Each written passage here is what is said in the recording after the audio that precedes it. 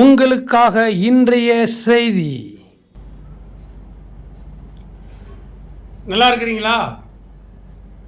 நீங்கள் நல்லா இருக்கணும், நல்லா தான் இருப்பீங்க என்பது உங்களுடைய விசுவாசமும் நீங்கள் விசுவாசிக்கிற ஆண்டவராகிய இயேசு கிறிஸ்துனுடைய ஆசீர்வாதமாக இருக்கிறது.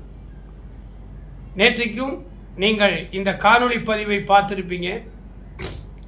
இன்றைக்கு இந்த காணொளி பதிவு 26வது நாள். தேவ சமூகத்தில் உட்கார்ந்து ஜெபித்து இந்த வேத பகுதியை இந்த காணொளியில் பதிவு செய்து உங்களுக்கு இதை நான் தாழ்மையாய் ஜெபத்தோடு அனுப்பி வைக்கிறேன். கர்த்தர் உங்களுக்காக யாவையும் செய்து முடிப்பார். நல்லா இருக்கிறீங்கள? சரி. நல்லா இல்லைன்னா நீ என்ன எனக்கு ஒரு 10,000 பணம் அனுப்ப போகிறீங்களா அப்படின்னு கேட்குறீங்களா? வார்த்தையை விட என்னங்க, நான் கூட தான் நிறைய பிரசங்கம் பண்ணுறேன், ஜெபிக்கிறேன், ஆராதிக்கிறேன், துதிக்கிறேன். சமூக வலைதளங்களிலெல்லாம் நிறைய நேரத்தையும் பணத்தையும் செலவு பண்ணி பிரசங்கம் பண்ணுகிறேன். எனக்கு யாராச்சும் காணிக்க அனுப்புகிறாங்களா? இல்லை அவங்க அனுப்பலைங்கிறதுக்காக நான் தான் இந்த ஊழியத்தை செய்யாமல் இருக்கிறேனா? யெகோவா ஈரே. அதனால் நான் உங்களுக்கு காசு கொடுத்தாலும் பணம் கொடுத்தாலும் பொன் கொடுத்தாலும் பொருள் கொடுத்தாலும் கொடுக்காவிட்டாலும் உங்கள் நல்ல மனசு, நீங்கள் கர்த்தர் மேல் வைத்திருக்கிற அந்த அபிப்பிராயம், நம்பிக்கை, விசுவாசம் எல்லாவற்றுக்கும் மேலாக நீங்கள் தேவனை சார்ந்திருக்கிறீங்க. ஆகையினால உங்களுக்கு தேவையானது பணம் மட்டுமல்ல, எதுவோ அது ஆண்டவர் உங்களுக்கு நிச்சயமாய் தருவார். அவர் தர்றதுக்கு என்னுடைய ஜெபம் நிச்சயமாய் ஒரு சின்ன புள்ளி அளவுக்காகிலும் அது உதவியாக இருக்கும் என்கிற நம்பிக்கை எனக்கு இருக்கிறது. ஆகையினால தைரியமாக இருங்க. நீங்கள் பணம் காணிக்கையாக அனுப்புனாலும் நான் ஏற்றுக்கொள்வேன். கர்த்தர் உங்களை ஆசீர்வதிப்பார். இன்றைக்கு 26வது நாளில் தேவன் உங்களுக்கு தரப்போகிற வார்த்தை என்ன தெரியுமா? ஒரு மனிதனுடைய விசுவாசத்தை பற்றி நான் உங்களுக்கு சொல்ல போகிறேன். விசுவாசித்தால் தேவ மகிமையை காண்பாய். விசுவாசிக்கிறவனுக்கு எல்லாம் கூடும். விசுவாசிக்கிறவன் பதறமாட்டான். இப்படி நிறைய வசனங்கள் விசுவாசத்தை சுற்றி இருக்கிறது. விசுவாசத்தை குறித்து பேசுகிற எனக்கும் கேட்குற உங்களுக்கும் சில நேரத்தில் விசுவாசம் இல்லாமல் போயிடும். அது சாத்தானுடைய தந்திரம். அந்த தந்திரத்தை முறிக்கணும்னா விசுவாசம் என்னும் கேடகத்தை பிடித்து கொண்டவர்களாய் நிற்கணும்.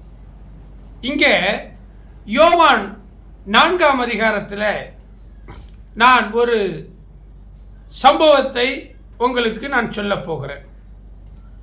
யோவான் 4ஆம் அதிகாரத்தில் 50வது வசனம், இயேசு அவனை நோக்கி, யார் அவன்? பின்னாடி சொல்றேன். இயேசு ஒரு மனுஷனை நோக்கி, நீ போகலாம், உன் குமாரன் பிழைத்திருக்கிறான் என்றார். அந்த மனுஷன் இயேசு சொன்ன வார்த்தையை நம்பி போனான். இன்றைய செய்தியினுடைய தலைப்பு எதுவாக இருக்கிறது? இயேசு சொன்ன வார்த்தையை நம்பி போனான்.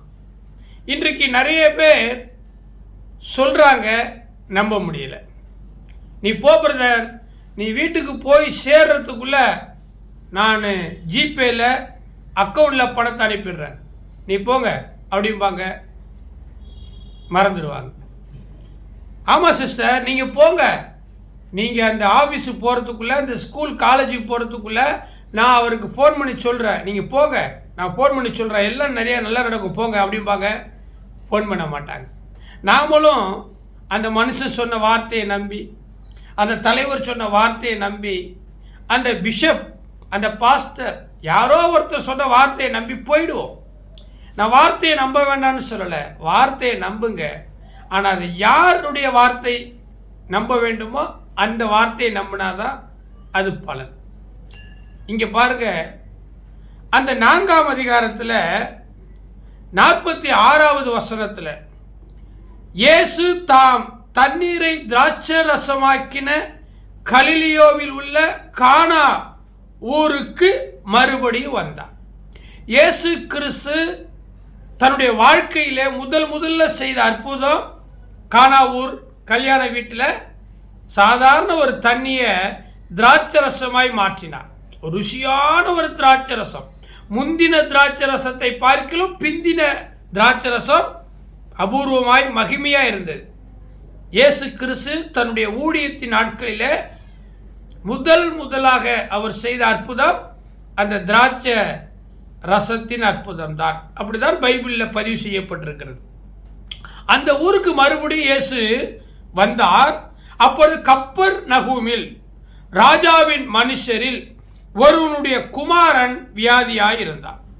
இயேசு யூதேயாவில் இருந்து கலிலியாவுக்கு வந்தார் என்று அந்த மனுஷர் கேள்விப்பட்ட பொழுது அவரிடத்தில் போய், என் மகன் மரண அவசியம் இருந்தபடினாலே அவனை குணமாக்கும்படிக்கு வர வேண்டும் என்று அவரை வேண்டிக் கொண்டான்.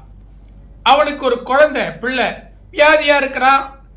சாக போகிற அளவுக்கு ஒரு வியாதியா இருக்கிறீங்களா? டாக்டர் கைவிட்டாங்களா? ஜோசியம் மந்திரம் எல்லாம் கைவிட்டுட்டாங்களா? அவ்வளோதானா? ஹோப்பே இல்லையா? முடிஞ்சு போச்சு, எடுத்துகிட்டு போயிடுங்கன்னுக்கிறீங்களா? பிரியமானவர்களே, மருத்துவம் ஓரளவுக்கு தான். ஆண்டவரை நம்பி பாருங்க. ஆண்டவரை நம்பி பாருங்க. எவ்வளோ பெரிய வியாதியாக இருந்தாலும் ஆண்டவர் சுகம் கொடுப்பார். ஒருவேளை இதை கிறிஸ்துவர் அல்லாதவர்கள் பார்த்தாங்கன்னா கிண்டல் பண்ணுவாங்க. யோ, நீங்களாம் இப்படி தாயா சொல்கிறீங்க? அப்புறம் ஏயா சுடுகாடு இருக்குது? அப்புறம் ஏயா கல்லறை இருக்குது? அவங்களையெல்லாம் சாகாமல் உயிரோடு எழுப்ப வேண்டியதானே? எதுக்கு இவ்வளோ ஃபேமஸான டாக்டர் ஹாஸ்பிட்டலாக இருக்குது?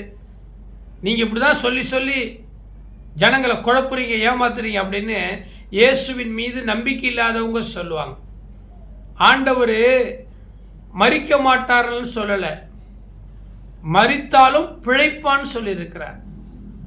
ஆண்டவர் வியாதியை வராதுன்னு சொல்லலை, வியாதியை சுகமாக்குவேன் என்று சொல்லியிருக்கிறார். சரியா நீங்கள் புரிஞ்சுக்கணும் பிரதர். அதாவது ஒரு மதத்தை குறை சொல்லுவதும் ஒரு மார்க்கத்தை காழ்ப்புணர்ச்சியோடு பேசுவதும் அதில் இழிவான ஆதாயத்தை சம்பாதிக்க நினைப்பதும் எல்லாருக்கும் இல்லை, சில அற்பத்தனமானவர்களுக்கு உண்டு. ஆண்டவர் எந்த இடத்துலையும் மரிக்க மாட்டேன்னு சொல்லல. அவரே சொன்னார் நான் மரிப்பேன். அவரே சொன்னார் நான் மரிப்பேன், 3ஆம் நாள் உயிர் தழுவேன். அவர் சொன்னார் நீதிமானுக்கு வருகிற துன்பம் அநேகமாக இருக்கும், அதிலிருந்து நான் அவரை விடுவிப்பேன். மரணத்தை காணாமல் உயிரோடு இருக்கிறவன் யார்? உலகத்திலே உபத்திரவம் உண்டு, திடன் கொள்ளுங்கள், நான் உலகத்தை ஜெயித்தேன். ஆண்டவர் எங்க சொல்லியிருக்கிறாரு? மரிக்க மாட்டீங்க, வியாதி வராது, பிரச்சனை வராது, போராட்டம் வராது அப்படின்னு சொல்லியிருக்கிறாரா? இல்லவே இல்லை. நீங்களா ஒன்றை தவறாக எடுத்து அதை ஜனங்களுக்குள்ளே துர்ச்செய்தியாக பரப்பாதே. அந்த மனுஷனுடைய மகன் மரிக்கிற வியாதி இயேசுகிட்ட வர்றார். இயேசுகிட்ட ஆண்டவரே, என் மகன் வியாதியாக இருக்கிறான், நீங்கள் அவனை தொட்டு ஜெபித்து சுகமாக்க வேண்டும் என்று அவன்கிட்ட வேண்டிக்கிறார், ஆண்டவர்கிட்ட வேண்டிக்கிறார். அப்பொழுது இயேசு அவனை நோக்கி, நீங்கள் அடையாளங்களையும் அற்புதங்களையும் காணாவிட்டால் விசுவாசிக்க மாட்டீர்கள் என்று இங்கே ஒரு சம்பவத்தை சொல்றாரு. இந்த மனுஷன் இயேசுகிட்ட எதற்காக வந்திருக்கிறான்னா, நம்பர் 1, மகன் வியாதியா இருக்கிறான், அது மரணத்துக்கு ஏதுவான வியாதி, அவன் சாகக்கூடாது, பிழைக்கணும். அதுக்கு என்ன பண்ணணும்? இயேசு ஏற்கனவே கானா ஊர்ல சாதாரண ஒரு தண்ணியை அற்புதமான ரசமாய் மாத்திட்டார். ஸோ அவருக்கு வல்லமை இருக்குது. அவரால் நினைச்சா இந்த வியாதியை கூட அற்புதமாக சுகமாக்க முடியும். எங்க நீங்க நம்பிக்கை வைங்க, வேண்டான்னு சொல்ல. இயேசுவின் மேல் கூட நம்பிக்கை வைங்க, ஆனால் மூட நம்பிக்கை இருக்கக்கூடாது. கானா ஊர்ல கல்யாணம் செஞ்சதுனால தான் உங்க வியாதியை சுகமாக்க முடியுமா? இல்லைன்னா அவரால் சுகமாக்க முடியாதா? ஆபிரகாமுடைய பிள்ளைகள் என்று நீங்கள் சொல்லிக் கொள்ளாதிருங்கள். ஆண்டவர் இந்த கல்லுகளினாலும் ஆண்டவர் அற்புதம் செய்ய முடியும். மனுஷன் அப்பத்தினால மாத்திரம் இல்லை, அவர் வாயிலிருந்து வருகிற வார்த்தையினால கூட பிழைக்க முடியும். விசுவாசித்தால் நீ தேவனுடைய மகிமையை காண்பாய். கானாவூர்ல அற்புதம் செஞ்சிட்டாரு. அந்த பாஸ்டர் ஜெபமணி அற்புதம் நடந்துச்சு. அந்த பிரதர்ஸ் ஜெபமணி அற்புதம் நடந்துச்சு. அந்த டாக்டர் ராசியான கைராசியான டாக்டர். பிரியமானவர்களே, இதுதான் உங்களுடைய அவிசுவாசம். இந்த மனுஷன் மகனுக்காக இயேசுவை தேடி வந்தது தப்பு கிடையாது. ஆண்டவர் இயேசு கிறிஸ்து கானாவூர்ல அற்புதம் செய்தார் என்பதை அவன் அறிந்து இயேசுகிட்ட வந்தது தப்பு கிடையாது. ஆனா அற்புதம் செஞ்சதுனால மறுபடியும் ஒரு அற்புதம் செய்வார் அப்படின்னு நம்பி வர்றதுதான் தப்பு. ரெண்டையும் நீங்க பார்க்கணும். சரி, கானாவூர்ல அற்புதம் செஞ்சிட்டாரு, இப்போ உன் குழந்தைக்கு அவர் அற்புதம் செய்யலைன்னா அவர் அற்புதம் இல்லைன்னு ஆயிடுமா? கானாவூர்ல தண்ணியை திராட்சை ரசமா மாறிட்டார். இப்போ உங்க ஊர்ல இருக்கிற ஒரு தண்ணி, ஒரு பாஸ்டர் ஜெபம் பண்றாரு, அது தண்ணியா மாறல, உடனே நல்ல பாஸ்டர் இல்லையா, நல்ல இயேசு இல்லையா?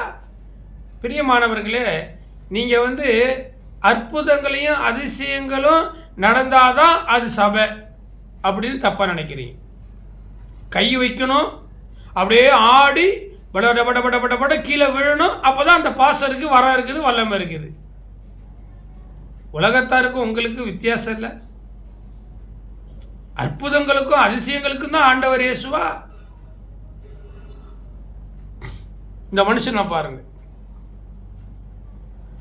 ஆண்டவர்கிட்ட வந்த உடனே அவர் சொல்றாரு, அவனை நோக்கி, அப்பா அடையாளங்களையும் அற்புதங்களையும் காணாவிட்டா நீங்க விசுவாசிக்க மாட்டீர்கள் என்று அவர் சொல்றார்.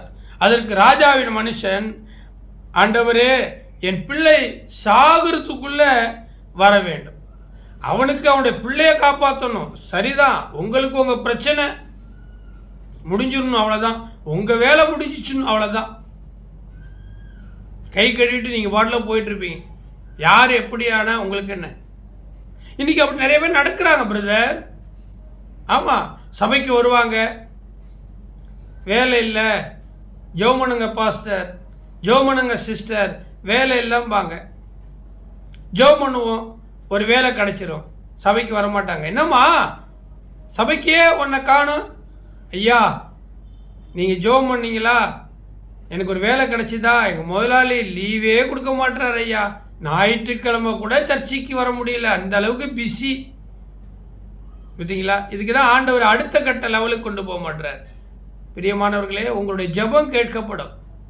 வெளிநாட்டில் இருக்கிற உங்களுடைய மகனுக்காக நீங்கள் ஜெபிக்கிறீங்க சிஸ்டர், நீங்கள் ஜெபம் ஏறெடுக்கிறீங்க, நிச்சயமாய் பாருங்க, அதிகாரிகள் கண்களில் தயவு கிடைக்க பண்ணுவார். சீக்கிரத்தில் ரிலீஸ். ஆமாம், விடுதலை. உங்களுடைய கண்ணீர் வீண் போகாது. நீங்கள் ஆண்டவரை மகிமைப்படுத்துறீங்க, நீங்கள் ஆண்டவருக்கு ஊழியம் பண்ணுறீங்க. ஆண்டவர் உங்களுடைய மகனை தூர தேசத்திலிருந்து உங்கள் பக்கத்தில் கொண்டு வருவார். நீங்கள் வேணால் ஏசாயா 60ஆம் அதிகாரம் முதல் 5-6 வசனங்களை வாசிச்சு பாருங்க. உன் பிள்ளைகள் உன் பக்கத்தில் வருவார்கள், உன் இருதயம் அதிசயப்பட்டு பூரிக்கும். நான் தேவ சமூகத்தில் நிற்கிற தேவனுடைய ஊழியக்காரன், ஜெபத்தில் நான் உங்களுக்கு சொல்கிறேன். நான் குறி சொல்லலை, நான் ஏதோ சும்மா ஒரு ஃப்ளூக்கில் சொல்லலை. கர்த்தர் உங்களை ஆசீர்வதிப்பார். அற்புதம் அதிசயம் நடந்தாதான் ஆண்டவர் விசுவாசிக்கணும் இல்லை, நீங்கள் விசுவாசிக்கிட்டுனா தேவ மகிமையை காண்பாய். இந்த செய்தியை நீங்கள் கேட்டு ஆண்டவருக்கு தோத்திரம் பண்ணின பிறகு பாருங்க, உங்களுக்கு ஒரு நல்ல செய்தி வரும். இந்த செய்திக்கு பிறகு ஒரு நல்ல செய்தி வரும். அந்த மனுஷனுக்கு பிள்ளைய காப்பாற்றணும், அதான் அவனோட நோக்கம். ஆண்டவர் பாருங்க, விட்டு கொடுப்பாரா? கடவுளாச்சே, விட்டு கொடுப்பாரா? இவன் அற்புதத்துக்காக தான் வர்றான், இவன் அதிசயத்துக்காக தான் வர்றான், இவன் இனிமே புள்ள காப்பாத்திட்டாக்க வரமாட்டான். ஆமாங்க, நடந்திருக்குது. 10 குஷ்டரோகிகள். குஷ்டரோகம்னா சாதாரணமாக ஊருக்குள்ளே வர முடியாது. குஷ்டரோகம் எவ்வளோ கொடுமையான வியாதி. கேன்சர் வியாதியை விட குஷ்டரோகமும் ஒரு பயங்கரமான வியாதியாக இருக்குதுன்னு சொல்கிறாங்கல்ல. பாவம், எனக்கு தெரிஞ்ச நிறைய லெப்பரசி திருவண்ணாமலையிலேருந்து பல கிராமத்திலேருந்து எங்கள் வீட்டுக்கு வருவாங்க குஷ்டரோகிகள். என்கிட்ட வந்து ஜோம் பண்ணிட்டு உதவி வாங்கிட்டு போவாங்க. ட்ரெஸ்ஸு, அரிசி, பணம் கொடுப்பேன். ஒரு சம்பவத்தை சொல்லட்டா, திருவண்ணாமலையில் ஒரு பிரதர் இருக்கிறார். அவர் யாருன்னே எனக்கு தெரியாது. என்னுடைய கிருபையிற்கான பத்திரிகையை மாதந்தோறும் அவருக்கு அனுப்பிடுறேன். எப்படியோ அட்ரஸ் கிடச்சிது, அவருக்கு அனுப்பியிருக்கிறேன். அவர் பேர் சாமின்னு நினைக்கிறேன். பல வருஷத்துக்கு முன்னாடி, 10 வருஷத்துக்கு முன்னாடி நடந்தது. அவர் எப்படியோ கண்டுபிடிச்சி நான் இருக்கிற எங்கள் வீட்டுக்கு வந்துட்டார். ஐயா அப்படியா இப்படியான்னு. ஐயா, நான் ஒரு குஷ்ரோகி, என் மனைவி இருக்குது, என் பிள்ளைங்க இருக்குது, நான் கர்த்தரை தான் நம்பியிருக்கிறேன், உங்கள் பத்திரிக்கையை படிக்கிறேன், ரொம்ப ஆசீர்வாதமாக இருக்குது ஐயா, நான் கஷ்டப்படுறேன். வருவார். மாதத்துக்கு 2 முறை, 1 முறை, 4 மாதத்துக்கு இப்படியே வருவார். நீங்கள் நம்ப மாட்டீங்க. அவருக்கு தேவையான துணி, மணி, பணமெல்லாம் கொடுத்துட்டு நான் சாப்பிட்ற தட்டில் தான், எங்கள் வீட்டில் நாங்கள் சாப்பிட்ற தட்டில் தான் அவருக்கு நாங்கள் சாப்பாடு கொடுத்தோம். அவர் ஒரு குஷ்டரோகி. அவர் போன பிற்பாடு அந்த தட்டை தூக்கி வீசலை. அந்த தட்டை கழுவிட்டு இன்னைக்கு வரைக்கும் அந்த தட்டில் நான் சாப்பிட்றேன். அவர் கண்ணீர் விட்டார். ஐயா, நீங்கள் சாப்பிட்ற தட்டில் எனக்கு சோறு கொடுக்குறீங்க, என்னை இப்படியெல்லாம் யாருமே வீட்டுக்குள்ளே சேர்த்து அவங்க சாப்பிட்ற சாப்பாட்டையும் தட்டுலையும் எனக்கு சாப்பாடு கொடுத்தது இல்லையா, எனக்கு ரொம்ப கண் கலங்குது அப்படின்னார். நம்ம ஆண்டவராக இயேசு கிறிஸ்து குஷ்டரோகிகளை தொட்டு சுகமாக்குறார். புனிதர் அன்னை தெரசாம்மா இந்த உலகத்தில் வாழ்ந்த நேரில் எத்தனை குஷ்டரோகிகளுக்கு பணிவிடை செய்தார் பாருங்க. 10 குஷ்டரோகிகள் ஆண்டவரை தொட்டு சுகமாக்கினார். போயிட்டாங்க சுகமாயிட்டு. ஆனால் 9 பேர் திரும்பி வரல. ஆண்டவருக்கு தெரியும் இந்த மனுஷனுடைய குணம் அப்படி தான், நன்மை பெறுவாங்க, திரும்பி வர மாட்டாங்க. நாங்கள் எத்தனை பேரை பார்க்குறோம், சபைக்கு வருவாங்க, பேய் ஓடும், பிசாசு ஓடும், பாவம், சாபம், நோய், ஏழ்மை, வறுமை எல்லாம் உபவாசம் இருந்து சாப்பிடாம கண்ணீர் விட்டு பொண்டாட்டி பிள்ளைகளை பார்க்காம நாங்கள் ஜெபம் பண்ணுவோம். அற்புதம் நடக்கும், அதிசயம் நடக்கும். அவங்க என்ன பண்ணுவாங்க, அடுத்த நிமிஷம் நான் சுகமாயிட்டேன், திரும்ப நான் இதுக்கு வர்றேன், போயிடுவாங்க. எங்களுக்கு தெரியும் இது அவ்வளோதான், one way, no U turn, no return back. பிரியமானவர்களே, கர்த்தருடைய நாமத்தினால இந்த மனுஷனையும் அப்படிதான் ஆண்டவருக்கு தெரியும், இவன் புள்ள உயிரோடு எழுப்பணும், அதுக்காகத்தான் இவன் வந்து அற்புதத்தை பார்த்துட்டான் கானாவூரில் அப்படின்னு வர்றான்னு ஆண்டவர் தெரிஞ்சுட்டு பாருங்க 50வது வசனத்தில் சொல்றாரு, இயேசு அவனை நோக்கி நீ போகலாம், உன் குமாரன் பிழைத்திருக்கிறான் என்றார். அந்த மனுஷன் இயேசு சொன்ன வார்த்தையை நம்பி போனான். இயேசு சொன்ன வார்த்தையை நம்பி போனான். ஒருவேளை கானாவூர் கல்யாணத்தில் நடந்த அற்புதத்தை பார்த்துட்டு நம்ம வந்திருக்கிறோன்னு சொல்லி இயேசு நம்மளை ஆசீர்வதிக்காமல் விட்டுருவாரோ, நம்ம பிள்ளைய காப்பாற்றாமல் விட்டுருவாரோ அப்படிங்கிற சந்தேகமோ அவிசுவாசமோ அவனுக்கு இல்லை. இயேசு சொல்லிட்டார், இயேசு சொல்லிட்டார், அல்லேலூயா, அவர் என் பிள்ளைய காப்பாற்றிடுவார், அவர் என் புருஷனை காப்பாற்றுவார், அவர் எங்கள் அப்பா அம்மாவை காப்பாற்றுவார், என் குடும்பத்தை, என் வேலையை, என் படிப்பை காப்பாற்றுவார், அவரால் முடியுங்க, அவர் காப்பாற்றிடுவாருங்க. அவர் சொல்லிட்டாருங்க, இனிமேல் யார் என்ன சொன்ன எனக்கு என்னங்க, நான் போகிறேங்க. அந்த விசுவாசம் உங்களுக்கு இருக்கணும். இப்போவும் உங்களை பார்த்து இயேசு சொல்கிறார், சிஸ்டர், வெளிநாட்டில் இருக்கிற உங்கள் மகன் அழகாய் ஆசீர்வாதமாய் பொண்ணோடு பொருளோடு உங்கள் வீட்டுக்கு வருவார். நீங்கள் பொருத்தனை பண்ணினதை நிறைவேற்றுவீங்க. ஆண்டவர் உங்களை கைவிட மாட்டார். இயேசு உங்களுக்கு சொன்ன வார்த்தை நிறைவேறும். யோசுவா 21:45 அதிகாரம் என்னதுமா சொல்லுது, கர்த்தர் இஸ்ரவேல் குடும்பத்தாருக்கு சொல்லியிருந்த நல்வார்த்தைகள் ஒரு வார்த்தை கூட தவறி போகல, எல்லாமே நிறைவேறிட்டு. இந்த மனுஷன் இயேசு சொன்ன வார்த்தையை நம்பி போனான். அவன் போகையில் எங்க அவன வீட்டுக்கு போகல, வியாதியா இருக்கிற சாக கிடக்கிற மகனை போய், மகனே எப்படிரா இருக்கிற, நான் போய் உனக்காக இயேசுங்கிற ஒரு தெய்வத்துக்கிட்ட, அற்புதமான தெய்வத்துக்கிட்ட, கானாவூர் கல்யாண வீட்டில் திராட்சை ரசமாக தண்ணீரை மாற்றின அந்த தெய்வத்துக்கிட்ட சொல்லிட்டு வந்துட்டேன்டா, அவர் உன்னை கைவிட மாட்டாரா, நீ புள்ளடா, நீ 100 வருஷம் உயிரோட வாழ்விடா, உனக்கு நல்லா கல்யாணம் நடக்கும்டா, நீ புள்ள பெற்று நல்லா இருப்படா அப்படின்னு போய் சொல்லவே இல்லை. போயிட்டு இருக்கிறார், ரோட்டில் வழியில் போயிட்டு இருக்கிறாரு. பிரியமானவர்களே, இப்போவும் சொல்கிறேன், நீங்கள் போகையிலும் ஆசீர்வதிக்கப்பட்டிருப்பீங்க, நீங்கள் வருகையிலும் ஆசீர்வதிக்கப்பட்டிருப்பீங்க.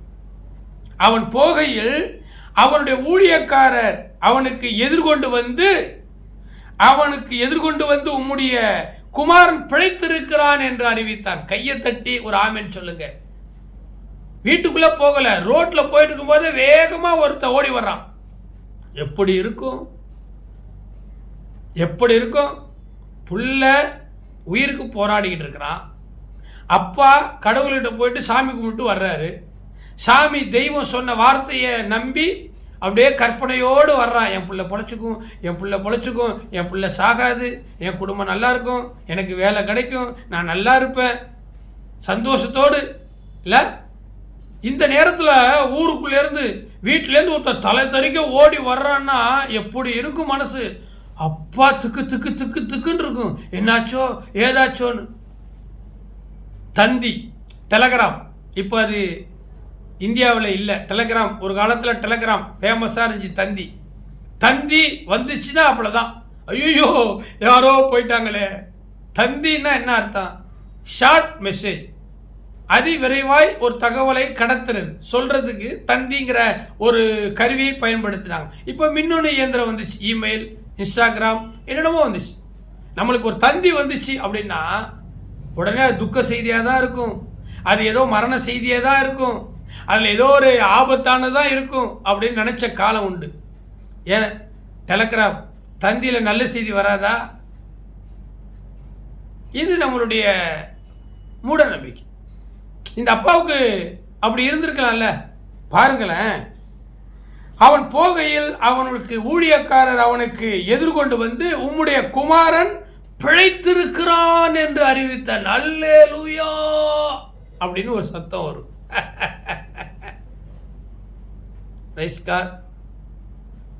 எங்கள் அம்மா அடிக்கடி மரணப்படுக்கையில் இருப்பாங்க. நான், என் மனைவி, என் பிள்ளை, என் சபையார், ஊழியக்காரங்கள்லாம் எங்கள் அம்மாவுக்காக போராடி ஜெபிப்போம். திடீர்னு ராத்திரி போன் வரும் எங்கள் அப்பா கிட்டேருந்து. எடுத்து பதட்டத்தோடு என்னாச்சுன்னு கேட்பேன். அம்மாவாச்சே, அப்பாவாச்சே. ஒன்றும் இல்லைடா பயப்படாதடா, அம்மா நல்லா இருக்காங்க, அம்மா தூங்குறாங்க, அம்மா சாப்பிட்றாங்க, இப்போ அம்மாவுக்கு நல்லா இருக்குது. அப்பா, என் ஜெபம் கேட்கப்பட்டது. சகோதரியே, உங்கள் ஜெபம் கேட்கப்பட்டது. உங்கள் கண்ணீரை ஆண்டவர் கண்டார். மரண வியாதியிலிருந்து உன் புருஷனை, உன் பிள்ளைய, உன் குடும்பத்தை ஆண்டவர் மீட்டு இருக்கிறார். கவலைப்படாதீங்க. இந்த மனுஷன் இயேசு சொன்ன வார்த்தையை நம்பி போனான். வீட்டுக்குள்ளே போகலை. ஒரு ஊழியக்காரன் ஓடி வந்து உன் மகன் சாகலை, பிழைச்சிட்டான், நல்லாயிட்டான். இப்போ பாருங்க, அந்த அப்பா எந்த மணி நேரத்தில் அவனுக்கு குணம் உண்டாயிற்று என்று அவரிடத்தில் விசாரித்தான். அவர்கள் நேற்று 7ஆம் மணி நேரத்தில் ஜுரம் அவனை விட்டது. எப்படிப்பா, எந்த மணி நேரத்தில் அவன் எழுந்து உட்கார்ந்தான், சாப்பிட்டான், குடித்தான்? சரியா 7வது மணி நேரத்தில் திடீர்னு படுத்து கிடந்தான், எழுந்துச்சிட்டான் பெட்டிலிருந்து. எந்த நேரத்தில் அந்த செய்தி வந்துச்சு? உங்களுக்கு ஒரு நல்ல செய்தி வரும் பாருங்க. ஃபோனை ரெடியாக வச்சுங்க, எஸ்எம்எஸை பாருங்கள், வாட்ஸ்அப்பை பாருங்கள், திடீர்னு உங்களுக்கு செய்தி வரும் பாருங்க. You are appointment, you are granted, permission granted, you can come and shot. ஆமாங்க, விசாவுக்காக காத்துக்கிட்டு இருக்கிறீங்களா? ஜோசியம் இல்லை, குறி சொல்லுது இல்லை, பொத்தாம்பொதுவாக அடித்து விடுற பிரசங்கியார் இல்லை. நீங்கள் எதிர்பார்த்திருக்கிறத கர்த்தர் நினைத்திருக்கிறார். அவைகள் தீமைக்கு ஏதுவானதல்ல, சமாதானத்துக்கு ஏதுவானவைகளை. இதெல்லாம் வசனங்க. 7ஆம் மணி நேரத்தில் டாடி உங்கள் மகன் எழுந்து உட்கார்ந்துட்டான் டாடி, உங்களை தேடினான் டாடி. ஆமாம் சார், உன் குமாரன் பிழைத்திருக்கிறான் என்று இயேசு தன்னுடனே சொன்ன மணி நேரம் அதுவே என்று தகப்பன் அறிந்து அவனும் அவன் வீட்டார் அனைவரும் விசுவாசித்தார்கள். அந்த 7ஆம் மணி நேரத்தில் தான் இயேசு அந்த அப்பா கூட பேசினார். உன் மகன் சாக போகிறான், நான் வந்து காப்பாற்றணும், அதுவும் காணாவூரை நான் செஞ்ச அற்புதத்தை பார்த்துட்டு தான் நீ வந்த. உன் விசுவாசம் அவ்வளவுதான். ஆனால் நீ விசுவாசித்தாலும் நான் விசுவாசிக்க விட்டாலும் உனக்கு நான் அற்புதம் செய்வேன். ஒருவேளை நீங்கள் இந்துவாக இருக்கலாம், இஸ்லாமியாக இருக்கலாம், கடவுளை ஏற்றுக்கொண்டவங்களாக இருக்கலாம், கேத்தலிக்காக இருக்கலாம், சிஎஸ்ஐயாக இருக்கலாம், கடவுளுடைய அந்த நினைப்பே இல்லாதவங்க கூட இருக்கலாம், கடவுள் எதிர்ப்பாளர்களோட இருக்கலாம். எங்களுக்கு அது முக்கியம் கிடையாது. ஆமாம், நீ எந்த அரசியல் கட்சியில் இருக்கிறீங்க, கடவுளை கும்பிடுற கட்சி, கடவுளை கும்பிடாத கட்சி, கிண்டல் பண்ணாதவ, விமர்சனம் பண்ணுறவங்க, இதில் கமாண்டு போடுற நீங்கள் யாராக இருக்கட்டும், ஐ டோன்ட் பாதர் அபவுட். எங்களுக்கு அது தேவையில்லை. நீங்கள் நல்லா இருக்கணும், அதுக்கு எங்கள் ஆண்டவர் இயேசு அற்புதம் செய்வார். என்ன பிரதர் இப்படி திடீர்னு சொல்லிட்டீங்க? நான் பாஸ்டருங்களையெல்லாம் திட்டுறவன், சர்ச்செல்லாம் அடித்து உடைக்கிறவன், எனக்கு இந்த ஜெபம் பண்ணுறதுலாம் பிடிக்காது. ஆனால் நீங்கள் என்ன போய் வாழ்த்துறீங்களே, நீங்கள் என்ன போய் ஆசீர்வதிக்கிறீங்களே பிரதர் சிஸ்டர், உங்களைத்தான் கர்த்தர் ஆசீர்வதிக்கிறார். நீங்கள் நல்லா இருப்பீங்க.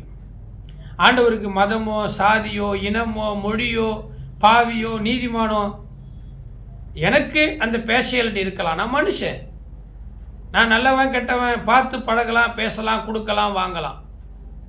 நான் மனுஷன், முகத்தை பார்ப்பேன். ஆனால் ஆண்டவர் இயேசு ஜாதியை பார்த்து ஆசீர்வதிக்கிறவர், உயிர்ப்பிக்கிறவர் அல்ல. நீங்கள் யாராக வேண்டுமானால் இருங்க. ஏன் நீங்கள் இயேசுவையே சிலுவையில் அறைகிற அளவுக்கு நீங்கள் கொடூர எண்ணம் உள்ளவர்களாகவும் தப்பாக எங்களை பேசுகிறவர்களாக இருந்தால் கூட நாங்கள் உங்களுக்காக ஜெபிப்போம். ஏன்னா எங்களுக்கு அப்படி ஒரு கட்டளை. எத்தனை பேர் எங்களை அவமானப்படுத்தி வேதனைப்படுத்தி உண்ட வீட்டுக்கே ரெண்டகம் பண்ணிட்டு கூட இருந்தே குழி பறித்து ஏமாற்றிட்டு போனவங்க எத்தனை பேர் இன்னமும் நாங்கள் அவங்கள ஆசீர்வதிக்கிறோம். அவங்க என்ன நினைக்கிறாங்க, நாங்கள் அவங்கள சபிக்கிறோம், நாங்கள் அவங்கள மறைமுகமாக சபிக்கிறோம், அவங்க ஜெபம் பண்ணி தான் நாங்கள் ஒன்றும் இல்லாமல் ஆயிட்டு. நோ நோ, அது உன்னுடைய தப்பான எண்ணம். தன்னஞ்சு அறிவது பொய்யற்க பொய்த்த பின் தன்னஞ்சு தன்னையே சுடும். மடியில் கனம், வழியில் பயம். இயேசுவும் அப்படி இல்லை, எந்த ஊழியக்காரர்களும் அப்படி இல்லை. நான் மட்டும் இல்லை, உண்மையாகவே எந்த ஊழியக்காரர்களும் ஆள் பார்த்து முகம் பார்த்து சாதி பார்த்து ஏற்றத்தாழ்வு பார்த்து ஜெபிக்க ஆசீர்வதிக்கிறவங்களே கிடையாது. எனக்கு தெரிஞ்சு நான் அப்படி இல்லை, எங்கள் சபையிலையும் அப்படி இல்லை. எல்லாரும் நல்லா இருக்கணும், எல்லாரும் நல்லவங்களா இருக்கணும். பார்த்தீங்களா, ஆண்டவருக்கு தெரியும். அவன் அற்புதத்தை பார்த்துட்டு வந்திருக்கிறான். அவங்க சொன்னாங்க, உங்ககிட்ட ஜெபம் பண்ணால் பேய் ஓடுறோம், பிசாசு ஓடிரும், நல்லாயிடும்னு, அதனால நான் வந்தேன். அப்படியா, வா, நான் ஜெபம் பண்ணுறேன். கர்த்தர் என்ன செய்ய சித்தமாக இருக்கிறாரோ அதை செய்யட்டும். நாங்கள் ஜெபம் பண்ணுவோம். அற்புதம் நடந்துச்சு. பாருங்க, தான் மகன் இயேசுவோடு பேசி கொண்டிருந்த அந்த 7வது மணி நேரத்தில் சுகமானான் என்பதை அறிந்து அங்கே சொல்லப்பட்டிருக்கிறது, அவன் வீட்டார் அனைவரும் விசுவாசித்தார்கள். நீங்கள் எப்படி இந்த காணொளி செய்தியை பார்த்து கொண்டிருக்கிற சகோதரி, நீங்கள் எப்படி பிரதர், எப்படி பொண்டாட்டியை மட்டும் அம்மாவை மட்டும் சர்ச்சுக்கு அனுப்பிட்டு நீங்கள் வேலைக்கு போகிறவரா? நீங்களும் வாங்க, நானும் என் வீட்டாருமோ என்றால் கர்த்தரையே சேவிப்போம். யோசுவா சொன்னார், நானும் எனக்கு கொடுத்த பிள்ளைகளும் இஸ்ரவேலிலே அடையாளங்களாகவும் அற்புதங்களாகவும் இருக்கிறோம். ஏசாயா தீர்க்கதரிசி சொன்னவர். பாருங்க, இயேசு யூதேயாவில் இருந்து கலிலேயாவுக்கு திரும்பி வந்த பின்பு அவர் செய்த 2ஆம் அற்புதம். முதல் அற்புதம் என்ன தெரியுமா? கானா ஒரு கல்யாணத்தில் தண்ணீரை திராட்சரசமாய் மாற்றினது. 2வது அற்புதம் என்ன தெரியுமா? இயேசு சொன்ன வார்த்தையை நம்பி போனவனுடைய மகனை அவர் சுகமாக்கினது. இந்த வார்த்தையை நம்புங்க, நம்புவேன் இயேசுவை. நிந்தனைகள் போராட்டம் வந்தும் நீதியின் தேவன் தாங்கினாரே, நேசக்கோடி என்மேல் பறக்க நேசருமக்காய் ஜீவித்திடுவே, நம்புவே இயேசுவை, நம்புவே இயேசுவை. இன்றைய தினம் உங்கள் நம்பிக்கை கர்த்தர் மேல் இருக்கும்படி அவைகளை உங்களுக்கு நான் தெரியப்படுத்துகிறேன் என்ற வசனத்தின்படியாய் இயேசு சொன்ன வார்த்தையை நம்பி wherever you go, எங்கே வேணாலும் போங்க. ஆமாம், பாதாளத்துக்குள்ளேயே போய் இறங்கி அங்கே என்ன இருக்குன்னு பார்த்துட்டு நீங்கள் வெளியில் வர முடியும்.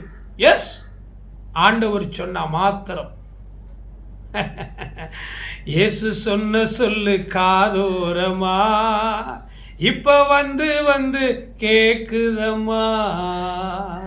எச நம்பித்தான் நான் பிறந்திருக்கேன், எச நம்பித்தான் நான் வளர்ந்திருக்கேன். இயேசு சொன்ன சொல்லு காதோரமா. பாடுங்க. எனக்கு பாட தெரியாது. எனக்கு இந்த டெம்போ, ஆட்டோ, லாரி, 8 கட்டை 7 கட்டை, இந்த டி மைனரு, மேஜரு இதெல்லாம் எனக்கு தெரியாது. பாட்டு எழுதுவேன் ஏதோ. பிரியமானவர்களே, நீங்கள் யாராக இருந்தாலும் எந்த நிலையில் இருந்தாலும் இயேசுவை நம்பி போங்க. இயேசு சொன்ன சொல்ல நம்பி போங்க. அந்த அப்பாவுடைய நம்பிக்கை, அற்புதம் செஞ்சாரு, அதிசயம் செஞ்சாரு அப்படிங்கிறத மாத்திரம் நம்பிட்டு போவாங்க. ஒருவேளை இல்லைன்னா நீங்கள் மறுதளிப்பீங்க. ஆமாம், அதனால நம்புங்க நம்புங்க. கர்த்தர் உங்களுக்காக யாவையும் செய்து முடிப்பார்.